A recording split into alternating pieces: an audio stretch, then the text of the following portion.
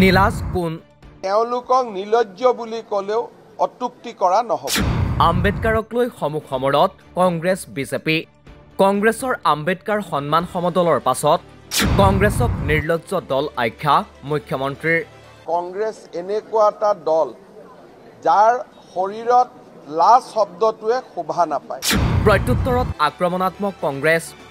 শব্দ তেখেতে ব্যৱহাৰ কৰে, এইবিলাক প্ৰথম কথা হৈছে অসমীয়া শালীনতাৰ ভিতৰত নপৰে। আমাৰ জাতীয় যিটো শালীনতা তাত এই শব্দকেইটা নপৰে। কংগ্ৰেছক নিৰ্লজ্জ আখ্যা দিয়া মুখ্যমন্ত্ৰী হিমন্ত বিশ্ব শৰ্মালৈ খেল প্ৰদেশ কংগ্ৰেছৰ। হিমন্ত বিশ্ব শৰ্মা নিজেই কংগ্ৰেছী। কংগ্ৰেছ যদি নিৰ্লজ্জ তেন্তে প্ৰথম নিৰ্লজ্জ মুখ্যমন্ত্ৰী।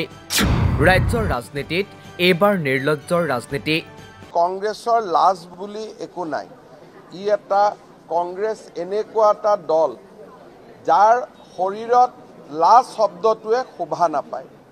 যিটো কংগ্ৰেছ দলে জৰুৰী অৱস্থা আনিলে, যিটো কংগ্ৰেছ দলে সংবিধানক নিলম্বিত কৰি ৰাখিছিল, যিটো কংগ্ৰেছ দলে গণতন্ত্ৰক ভৰিৰে মোহাৰি হত্যা কৰিছিল, সেই কংগ্ৰেছ দলে সংবিধানক লৈ সমদল কৰাটোৱে এইটোৱে বুজায় যে কংগ্ৰেছ আৰু কংগ্ৰেছীয়ে লাজৰ প্ৰতিভাষা কি বা লাজ বুলিলেনো কি বুজায় তাক নুবুজায়।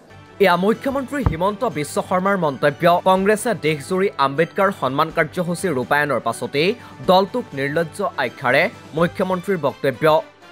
কংগ্ৰেছে ঘোষণা কৰিছিল জৰুৰীকালীন অৱস্থা। কংগ্ৰেছে নিজেই নিলম্বন কৰিছিল সংবিধানক। কংগ্ৰেছ এটা নিৰ্লজ্জ দল। তেওঁলোকক নিলজ্জ বুলি ক'লেও অত্যুক্তি কৰা নহ'ব। বাবা চাহেব আম্বেদকাৰ के लिए क्या एक भी स्कीम उनका नाम में कभी उत्सर्गित किए थे? क्या यूनिवर्सिटी छोड़ दीजिए, क्या आपने कभी एक प्राइमरी स्कूल भी अंबेडकर जी का नाम में नामांकित किए थे? सारे दुनिया का लोगों को भारत रत्न दिया, लेकिन अंबेडकर जी को भारत रत्न देने के लिए आपका पास समय भी नहीं। মুখ্যমন্ত্ৰীৰ এই বক্তব্যৰ পাছতেই প্ৰতিক্ৰিয়া ব্যক্ত কৰিছে প্ৰদেশ কংগ্ৰেছৰ নেতৃত্বই। কংগ্ৰেছ নেত্ৰী মীৰা বৰঠাকুৰৰ প্ৰতিক্ৰিয়া। বিজেপি কৰ্মীয়ে এতিয়া নমনা হৈছে মুখ্যমন্ত্ৰীক।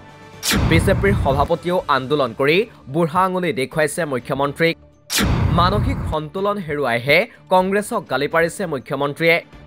হিমন্ত বিশ্ব শৰ্মাই কংগ্ৰেছক নিৰ্লজ্জ দল বুলি অধিকাৰ তেওঁ নাই, আৰু তেওঁক সেই কথাটো ক'লে মানুহেও এতিয়া এই সময়ত গুৰুত্ব নিদিয়ে। কাৰণ হিমন্ত বিশ্ব শৰ্মাই ইতিমধ্যে তেওঁ এটা মানসিক সন্তুলন হেৰুৱাই পেলাইছে। কাৰণ তেওঁ ভিন্ন সময়, ভিন্ন ৰূপ, ভিন্ন মত দি থাকে।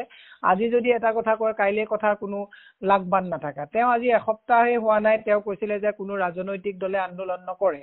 আৰু তেওঁৰ কথাটোকে অংগুষ্ঠ দেখুৱাই বিজেপিয়ে পিছদিনাখনেই ভৱেশ কলিতা আৰু ইয়াৰ গুৱাহাটী বহু মহিলাই একেলগে গৈ পেলাই আন্দোলন কৰিছে। তাৰমানে হিমন্ত বিশ্বৰ কথা যে বিজেপি দলৰ ভিতৰতো নুশুনা হৈছে। গতিকে মানসিক সন্তুলন হেৰুৱাইছে। উৰহৰ খং ভগাদাৰীত তোলাত নিচিনাকৈ তেওঁ এতিয়া বিজেপি বিলাকেও তেওঁক নমনা হৈছে। সেই কথাবিলাকৰ গালিবিলাক কংগ্ৰেছৰ ওপৰতে তেওঁ পাৰিবৰ কাৰণে মন্থস্থ কৰিছে। মুখ্যমন্ত্ৰী হিমন্ত বিশ্ব শৰ্মাৰ বক্তব্যক গুৰুত্ব দিয়া উচিত নহয় বুলি যুক্তি দাঙি ধৰি মীৰা বৰঠাকুৰৰ মন্তব্য। হিমন্ত বিশ্ব শৰ্মাৰ দিনত ৰিক্সা চলাইছে ঠিকাদাৰে, বাকী আৰু ফাঁকিত চৰকাৰ চলাইছে মুখ্যমন্ত্ৰীয়ে। কাৰণেই দিব নালাগে। তেওঁ এটা সময়ত কয়, বিভিন্ন যদি বাইটবিলাক আপোনালোকে চাই যে গোটেই অসমখন তেওঁ 5খন উন্নত ৰাজ্যৰ মাজৰ এখন লৈ যাম বুলি কৈছিলে। আজি অসম গোটেই ভাৰতবৰ্ষৰ ভিতৰত পুষ্টিহীনতাত যদি চাই 1 নম্বৰত, ৰক্তহীনতাত যদি চাই 1 নম্বৰত, মহিলা নিৰ্যাতন বলৎকাৰ ক্ষেত্ৰত যদি চাই 1 নম্বৰত, শিক্ষাৰ অধোগমিতৰ ক্ষেত্ৰত আজি তাৰিখত ল'ৰা ছোৱালী স্কুল যোৱাৰ প্ৰৱণতাটো নাইকিয়া, লুপ্ত হৈছে। সেইফালৰ পৰাই আজি অসম 1 নম্বৰত। গতিকে ধাৰৰ ক্ষেত্ৰত গোটেই নৰ্থ ইষ্টৰ 7খন ষ্টেটৰ ভিতৰত GST চবৰে বেছি, আৰু আমাৰ চবতছে তেওঁলোকৰ ধাৰ কম, আমাৰ চবতছে আজি তাৰিখত অসমৰ ধাৰ বেছি। গতিকে তেওঁ মানসিক সন্তুলন হেৰুৱাই পেলাইছে। মানুহে তেওঁক ধৰিব পাৰিছে যে তেওঁ ভেলকিবাজি, বাকী ফাঁকি ধাৰেৰে অসমখন চলাইছে। যিখিনি সময়ত মুখ্যমন্ত্ৰীয়ে 40,000 আপোনাৰ 27 লাখৰ পৰা 40 লাখলৈ অৰুণোদয় আঁচনি বৃদ্ধি কৰিছে ধাৰৰ ওপৰত ধাৰ লগাই।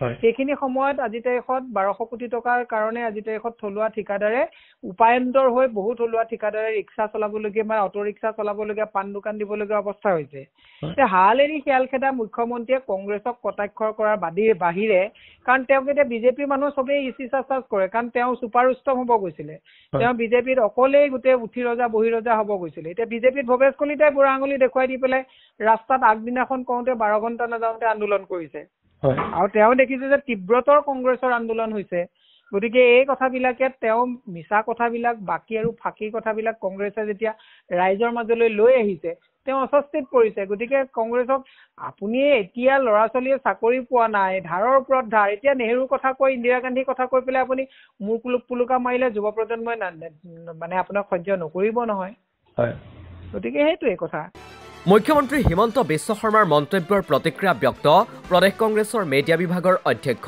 বেদব্ৰত বৰাৰ প্ৰতিক্ৰিয়া কংগ্ৰেছ যদি নিৰ্লজ্জ তেন্তে প্ৰথম নিৰ্লজ্জ মুখ্যমন্ত্ৰী হিমন্ত বিশ্ব শৰ্মা দেখোন নিজে কংগ্ৰেছৰ মানুহ তেওঁ কংগ্ৰেছৰ এতিয়াও তেওঁ গাত চালে কংগ্ৰেছৰ যাব নিৰ্লজ্জ যদি হয় প্ৰথম তেওঁ নিৰ্লজ্জ হ'ব লাগিব এক নম্বৰ কথা কংগ্ৰেছে সংবিধান নিলম্বন কৰি ৰখা বুলি মুখ্যমন্ত্ৰী হিমন্ত বিশ্ব শৰ্মাই দিয়া বক্তব্যৰ প্ৰতিক্ৰিয়া ব্যক্ত কৰি বেদব্ৰত বৰাৰ প্ৰশ্ন কোনে দাহ কৰিছিল সংবিধানৰ প্ৰতিলিপি দ্বিতীয় কথাটো বিজেপি আৰু আৰএছএছে ভাৰতীয় সংবিধানখন দেখোন দাহ কৰিছিলে লালকিল্লাত গৈ পেলাই সেইটো কথা হিমন্ত বিশ্ব শৰ্মা পাহৰি গ'ল নেকি তেওঁ ওচৰে পাজৰে যিবিলাক এতিয়া উপদেষ্টা আছে উপদেশ দিয়া লোক আছে সেই লোকসকলে তেওঁক মিছগাইড কৰি থাকে আৰু তেওঁ নিজেই অলপ যদি আইনাৰ সন্মুখত থিয় হয় তেওঁ নিজৰ কংগ্ৰেছী ৰূপটো দেখাই পাব নহয় ভালকে এতিয়া কংগ্ৰেছতে তেওঁ জন্ম কংগ্ৰেছক গালি পৰাৰ আগতে তেওঁ নিজৰ ৰূপটো ঠিক কৰি লওক এক নম্বৰ কথা দ্বিতীয় কথা তেওঁলোক যদি আম্বেদকাৰৰ প্ৰতি যদি তেওঁলোকৰ তিল মানুহ শ্ৰদ্ধা আছে তেতিয়াহ'লে অসমৰ 6টা জনগোষ্ঠীক তেওঁলোকে জনজাতিকৰণ কৰক ট্ৰাইবেল ষ্টেটাছ দিয়ক আৰু তৃতীয় কথাটো হ'ল তেওঁলোকে যে উমানচুত আমাৰ জনজাতিসকলৰ মাটি যে আদানীক দিছে সেইটো উদ্ৰ কৰক এই তিনিটা কাম হিমন্ত বিশ্ব শৰ্মাই কৰি দেখাওক ইফালে মঙলবাৰে কংগ্ৰেছে ৰূপায়ণ কৰা আম্বেদকাৰ সন্মান সমদলক প্ৰশাসনে অনুমতি প্ৰদান নকৰাক লৈ প্ৰতিক্ৰিয়া মীৰা বৰঠাকুৰৰ মানে বিজেপিৰ কথাত উৎবহ কৰে আমি প্ৰশাসনৰ আৰক্ষী বিষয়াসকলকো এটা কথা কৈছো হিমন্ত বিশ্ব শৰ্মাৰ মতে উৎবহ কৰিলে আপোনালোকে পাহৰি নাযাব জুনমণি ৰাভাৰ ক্ষেত্ৰত কি হৈছিলে গতিকে এতিয়া প্ৰশাসন হিমন্ত বিশ্ব শৰ্মাৰ হাত পুতলা কংগ্ৰেছক ৰুধিবৰ কাৰণে কন্দুৱা গেছ আৰু বুলেট মানে ব্যৱহাৰ কৰিবৰ কাৰণে সক্ষম হৈ থাকে আৰু ভৱেশ কলিতাই যেতিয়া প্ৰতিবাদ কৰে তেতিয়া পানীৰ বটল লৈ পিয়াহ লাগিছে নেকি পুলিচে পানীৰ বটল যোগান ধৰাত নিজকে আত্মনিয়োগ কৰে এইটো এটা নিলজ্জ নিদৰ্শন গতিকে প্ৰশাসন একচুৱেলি কোনো দলৰ হ'ব নালাগে প্ৰশাসন বায়াস হ'ব নালাগে প্ৰশাসনৰ যিটো নীতি নিৰ্দেশনা সকলো দলৰ ক্ষেত্ৰত একেই হ'ব লাগে তেওঁলোকে যদি কৰিব পাৰে এতিয়া ৰাহুল গান্ধী ডাঙৰীয়া যেতিয়া ন্যায় যাত্ৰাত আহিছিলে আপোনালোকে দেখিছে তেওঁক ইয়াত মাজত সোমাবলৈ দিয়া নহল